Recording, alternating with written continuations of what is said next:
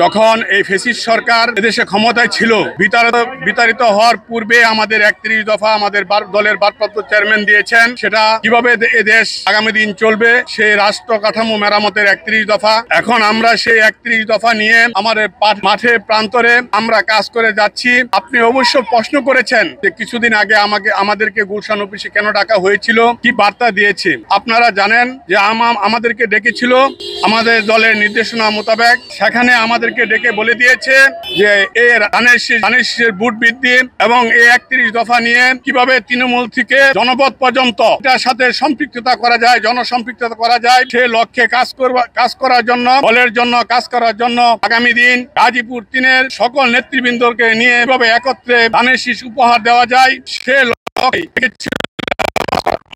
লক্ষ্যে ডেকেছিল এবং আমাকে নির্দেশনা দিয়েছে দলের জন্য কাজ করার জন্য মাঠে ময়দানে। সেই জন্যই মূলত ডেকেছিল। আপনারা জানেন আমি তৃণমূল থেকে, ছাত্র রাজনীতি থেকে আমি শ্রীপুর উপজেলা বিএনপির সাধারণ সম্পাদক পর্যন্ত নির্বাচিত হয়েছি।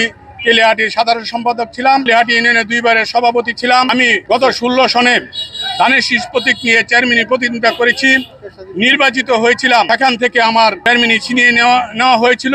আপনারা জানেন আমি শুধু বিএনপি রাজনীতির সাথে সম্পৃক্ত না, আমি পেশাজীবী রাজনীতির সাথে সম্পৃক্ত। আমি বাংলাদেশ শিক্ষক কর্মচারী ঐক্য জোটের বাংলাদেশ শিক্ষক সমিতির প্রেসিডিয়াম সদস্য, কেন্দ্রীয় সহকারী শিক্ষক সমিতির আহ্বায়ক এবং গাজীপুর জেলা শিক্ষক কর্মচারী ঐক্য জোটের সদস্য হিসেবে বটে। সুতরাং তৃণমূলের দীর্ঘদিনের চাওয়া পাওয়া ছিল যদি যারা জনসম্পৃক্ততা আছে জনগণের সাথে, তারা অতীতে কর্মীদের পাশে থেকে কাজ করেছে। আপনারা জানেন আমার কর্মীরা যখন জেলে গিয়েছে তখন আমি তাদের খোঁজখবর রেখেছি।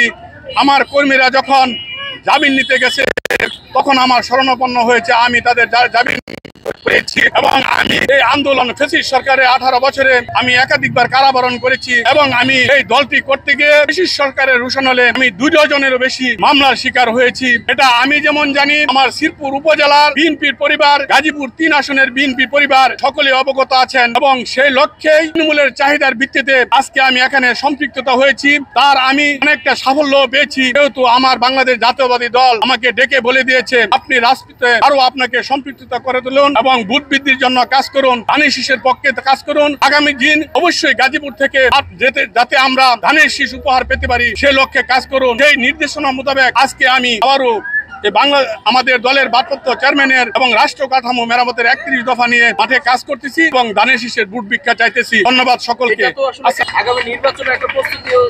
আগামী নির্বাচনের প্রস্তুতি বলতে আমরা ছাত্র সমাবেশ করতেছি, মহিলাদেরকে নিয়ে কাজ করতেছি এবং বিভিন্ন উন্নয়নমূলক কাজে সম্পৃক্ত করে রেখেছি নিজেকে এবং দলের যাতে ভোট বৃদ্ধি হয়, ভোট বৃদ্ধি করতে যে সকল কাজগুলো আছে সেগুলি সকল কিছুর সাথে নিজেকে সম্পৃক্ত করে